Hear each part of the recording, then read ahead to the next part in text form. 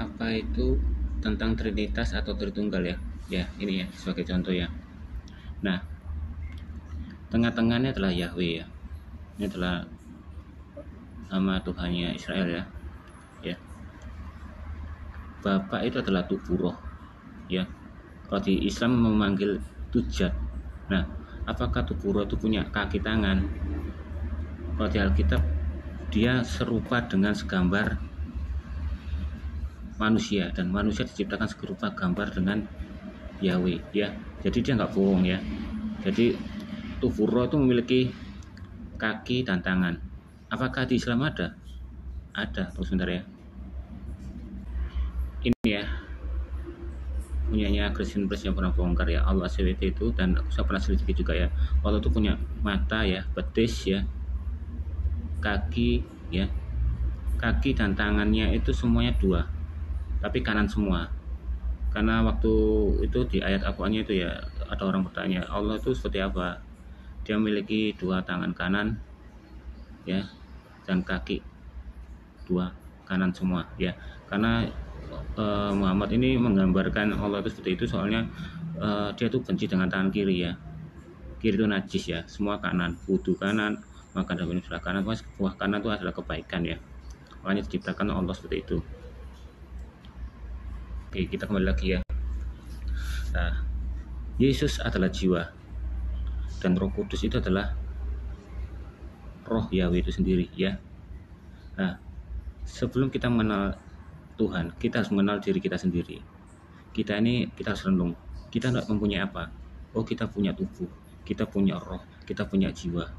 Nah, jika manusia itu ada roh, ada dan tubuh, gak ada jiwa, apakah bisa hidup? Bisa, tapi gila ya. Itu pertama. Yang kedua, kita harus berpikir untuk mengenal diri kita sendiri. Apakah roh ya, kata hati, dengan jiwa yang mengerti pengetahuan dan pikiran ya, dan roh tubuh kita sendiri yang daging ini, apakah sama? Tentu beda ya, karena semua memiliki sifat masing-masing ya. Jadi Yesusnya adalah firman. Firman apa? Firman Tuhan. Firman itu apa? Firman yang keluar dari mulut Yahweh itu ya. Itu adalah firman. Kalau manusia ngomong itu bacot, tapi kalau Yahweh ngomong itu adalah firman ya. Nah, firman itu di mana letaknya? Di jiwa dan di pikiran dan pengetahuan dan akal ya. Itu. Dan Roh Kudus itu adalah roh Yahweh itu sendiri ya. Nah, apakah Yahweh itu bohong kalau dia berkata, mari kita ciptakan manusia serupa gambaran kita? Tidak. Memang sesuai dengan Yahweh itu tadi, tubuh roh itu tadi. Dan makanya kenapa ada kata-kata kita ini menandakan ya ini tadi, untuk kalangan sendiri ya, bukan kayak di Al-Quran itu kami ya. Kami itu adalah kalangan yang berbeda ya, untuk ditujukan kepada orang yang bertanya atau yang di dalam kisah itu tersebut. Nah, kita ini adalah golongannya sendiri. Contoh ya, kamu sama suamimu, sama istrimu, sama anakmu, pasti kamu bilang kita. Atau kamu sama pacarmu, kamu bilang kita, ya kan? Kalau orang lain pasti kita bilang kami. Itu loh makna Indonesia yang sebenarnya ya. Kita harus memahami bahasa Indonesia dengan baik dan benar. Nah, apakah Yesus itu Roh Kudus? Bukan. Apakah Roh Kudus itu adalah Bapa? Bukan. Sama seperti kamu. Apakah manusia itu daging itu juga roh? Enggak. Apakah roh itu sama dengan jiwa? Ya enggak. Nah, binatang pun juga. Binatang ada roh tapi nggak punya jiwa, kan nggak punya pengertian ya. Makanya Yesus berkata ya, aku tidak bisa berbuat apa-apa, itu semua karena Bapakku. Berarti kalau manusia itu hidup ya, bisa dipisahkan antara jiwa, roh, dan tubuh. Aku yakin manusia itu akan bergerak bersamaan dan ngobrolnya juga bersamaan. Tapi yang jadi master bergerak itu adalah tubuh itu sendiri ya. Karena roh dan jiwa itu metafisik ya, tidak berbentuk ya. Nah, makanya Yesus berkata ya, aku tidak berkata-kata dalam diriku sendiri. Jadi Bapa ini, tubuh roh ini yang berbicara, nyambung ke jiwa ya. Tempatnya Yesus itu tadi ngomong. Makanya dia bilang, lebih mudah mana mengatakan sembuhlah, angkat tilammu, dengan mudah mengatakan dosamu diampuni. Nah, karena tubuh roh Bapa itu yang ngomong. Aku mau ngampuni, itu nyambung ke Yesus. Jadi apa yang Yesus kerjakan, apa yang dia omongkan, itu semua tuh masternya tuh rohnya itu sendiri ya, Bapa itu Yahweh itu sendiri. Nah, dan Roh Kudus ini adalah pencipta. Pada waktu penciptaan itu, Roh Kudus itu melayang-layang, dialah pencipta lah. Dan Roh Kudus lah yang menciptakan Adam itu dengan hembusan nafasnya, ya, bukan Yesus ya, karena Yesus itu hanya jiwa ya, jiwa dan pengetahuan. Nah, kenapa Yesus itu kalau berdoa ada rasa takut? Ya karena itu tadi, jiwa itu adalah pengetahuan. Nah, pengetahuan itu berpikir, kalau aku punya tubuh daging pasti disakiti, aku sakit sekali. Itu wajar ya, karena pengetahuan itu tadi. Makanya dia berkata, jadilah kehendakmu bukan kehendakku. Ya, contoh ya, kamu berkata ya, tubuh rohmu sendiri ya, rohmu berbicara dalam hatimu, aku suka sama cewek itu, tapi jiwamu berpikir, mengenal pengetahuan, oh ini cewek ini kok kelihatannya matre ya, terus gak mau ah. Nah, ada lagi satu contoh, rohmu mengatakan aku mau tobat Tuhan, aku mau tobat. Nah, jiwamu berpikir, nanti aja masih lama kiamat.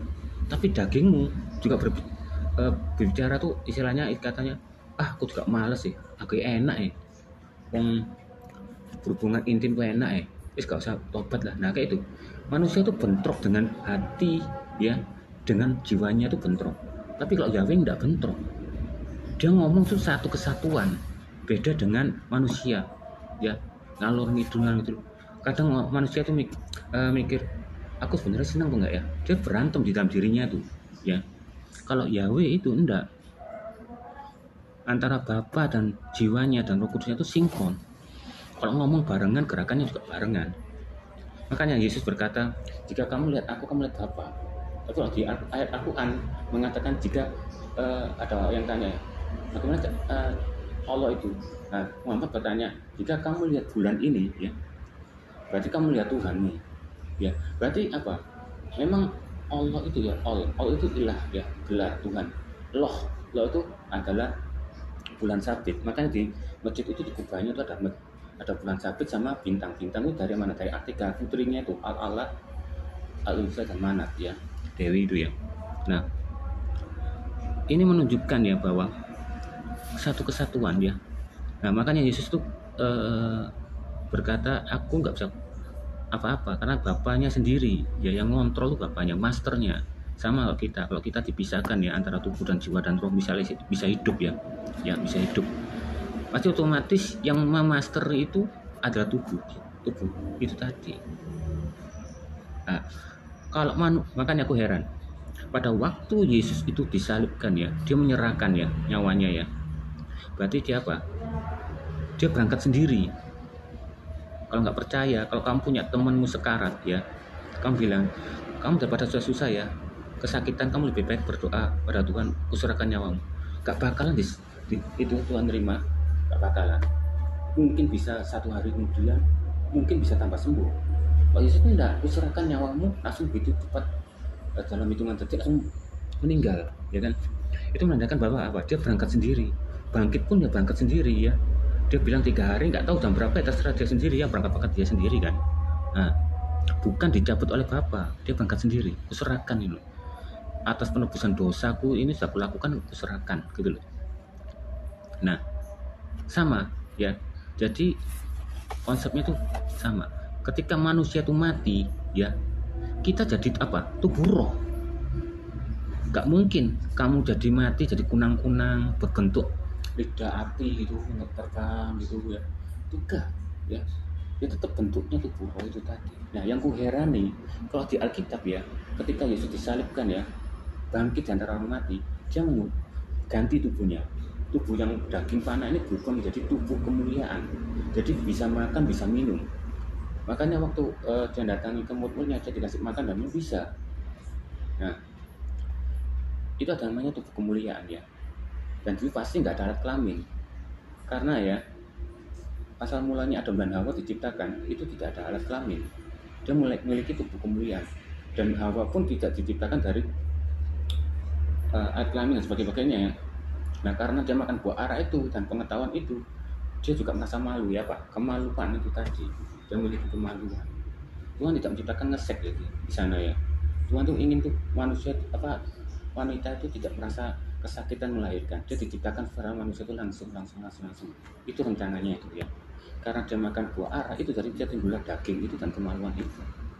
Dan daging itu sangat lemah ya, dan mudah mati dan cepat tua dan menghasilkan unsur kedagingan itu tadi.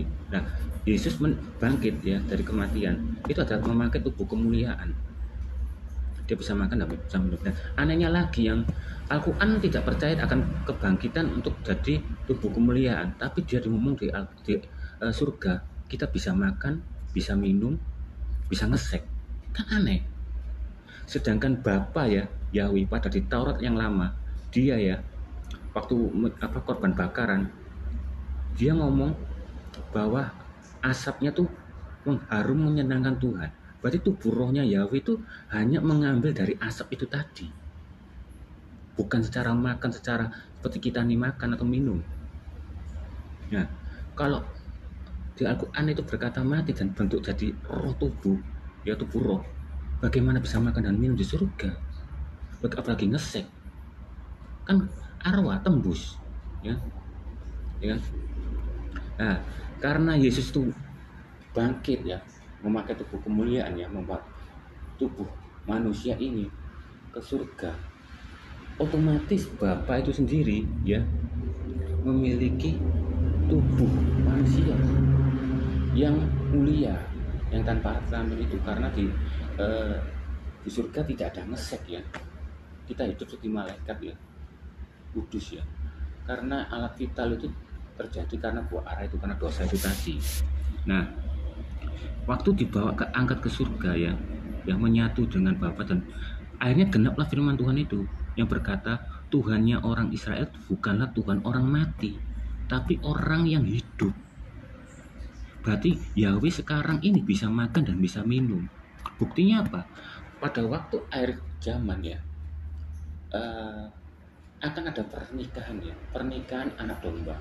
Pernikahan anak domba ini bukan mengenai hal ngesek ya, kayak Al-Quran itu yang ngesek di situ, enggak. Dengan pakai tubuh kemuliaan itu enggak ada alat kelamin. Sama seperti Alkitab mengatakan malaikat itu tidak berkelamin dan iblis juga berkelamin. Tapi kalau Al-Quran malaikat itu berkelamin, ya beda kan? Jangan disama-samakan. Dan waktu itu Bapa itu ya, Yahweh itu kan punya tubuh dari manusia yang dibawa Yesus ya. Dia makan minum di perjamuan pernikahan anak domba itu. Bukan masalah ngesek, enggak. Dia menikmati. Nah, apa artinya perjamuan kawin ini ya? Pernikahan domba ini ya. Ini sama menggenapi Taurat yang lama, yaitu tentang Rut ya. Rutnya adalah janda, tapi dia tuh selalu berbuat baik dan taat sama firman Tuhan. Nah, Boas ini orang kaya, dan Boas ini menebus Rut ini, janda ini, sehingga apa? Ditebus ya kejandaannya, dihidupi, dibayari semua kehidupannya, sama seperti Yesus. Boas, Yesus dari keturunannya Boas. Nah, ini menceritakan bahwa perkawinan domba itu kamu ditebus menjadi mempelai Kristus. Hidupmu bukan hidupmu lagi, sudah aku bayar dengan harga yang mahal, dan hiduplah bersamaku. Nah, kata Rut yang janda ini mengatakan bahwa waktu Adam dan Hawa itu berdosa, kita jadi janda, kita terlepas dari kemuliaan Tuhan, putus koneksi dengan Yahweh ya. Nah, makanya itu Yesus kedatangannya itu membenarkan ya, membetulkan, mengoreksi sisilah yang terputus yang dari Adam dan Hawa itu dikoneksi dengan Yesus tadi. Maka Yesus dianggap sebagai Adam yang kedua ya. Makanya dia mengoneksi, akhirnya pernikahan itu ada, bukan pernikahan dalam arti kayak kamu sama-sama dengan Islam, nggak pernah sama. Islam itu percaya ngesek di surga, di Kristen nggak ada, beda ya, bedakan itu ya. Itu ya singkat ceritanya ya. Jadi kalau manusia mati pasti bentuknya ya tubuh roh itu ya, cumanya dia nggak bisa makan, nggak bisa minum, tapi di neraka itu bisa menyiksa tubuh roh itu. Makanya kalau tubuh manusia aja disakiti aja setengah mati, apalagi tubuh roh disakiti tapi neraka ya kan.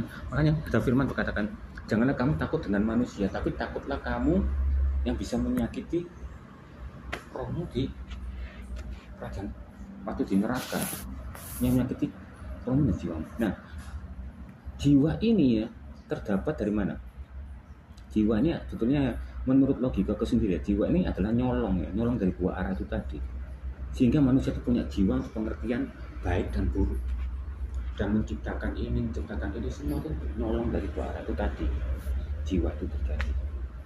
Nah, ketika manusia itu mati ya, yang ada itu tertinggal hanyalah tubuh roh itu, tapi jiwanya juga hilang.